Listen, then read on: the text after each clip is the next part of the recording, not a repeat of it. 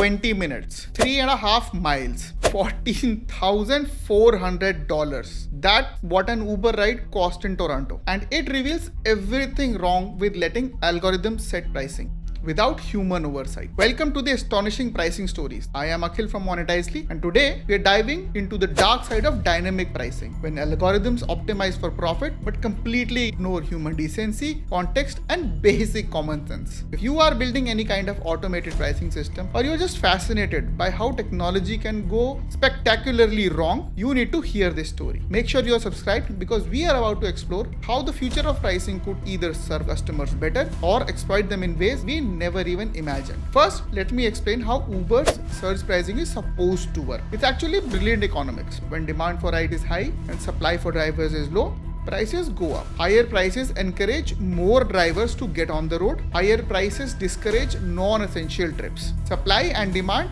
balance each other out. In theory, it's efficient, it's logical. While in practice, well, that's where our story begins. A passenger, let's call her Sarah, needs to get home from a party. It's cold, it's late, and regular taxis are nowhere to be found. She opens the Uber app. The first thing she sees, surge pricing is in effect. Now, Sarah has used Uber during surge before. She has seen 3x or even 5x pricing on busy nights. So she glances at the surge multiplier and confirms the ride. 20 minutes later, she's home. 3 days later, she checks her credit card statement. $14,400. For context, that's more than most people's cars are worth. That's a year of rent for many people. That's more than some people make in 6 months. And that too for a 20-minute ride. So what happened? How did Uber's algorithm decide that a short ride was worth a mortgage payment? Here's the technical explanation. New Year's Eve equals maximum demand. Winter storm reduced driver supply. Downtown Toronto equals geographic constraint. Algorithm response, extreme surge multiplier.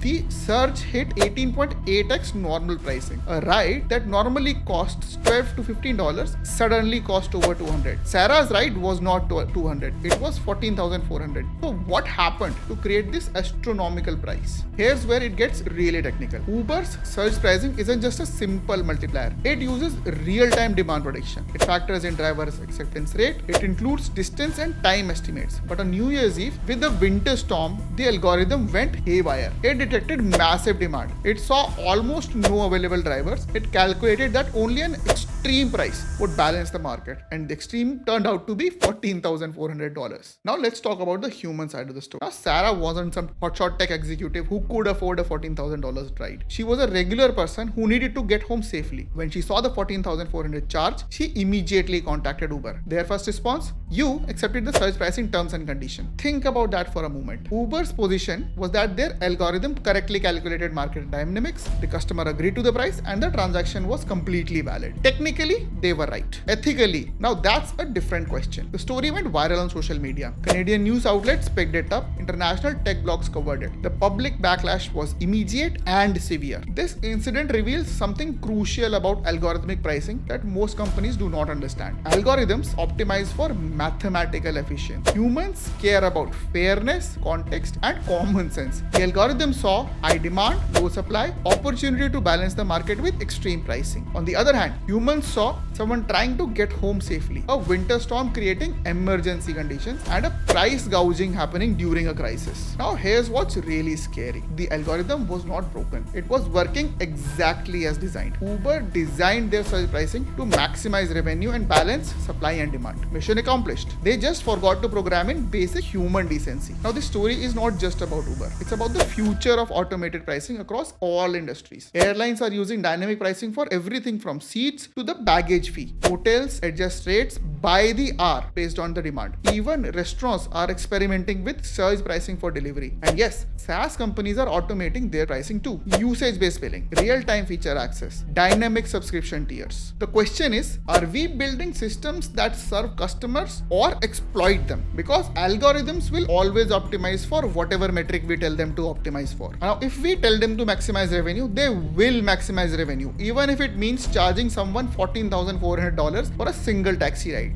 If we tell them to optimize for fairness, they will optimize for fairness. Now, but fairness is harder to program than profit. So what happened to Sarah? After the story went viral, Uber eventually refunded the entire charge. They also implemented something called surge caps, maximum limit on how high surge pricing can go regardless of the demand. But here's the real lesson for anyone building pricing systems. Technology should amplify human judgment, never replace it. Every algorithm needs guardrails based on human values, not just mathematical optimization. And when your pricing system produces a result that would make headlines for all the wrong reasons, well, it's not the customer who's wrong. Next week, we are diving into a completely different kind of pricing disaster. How a CEO nearly destroyed a 110-year-old company by making prices too honest. Subscribe so you don't miss it. And let me know in the comments, have you ever been hit with such pricing that felt completely unfair? What happened? I am Akhil from Monetizely, and thank you for watching.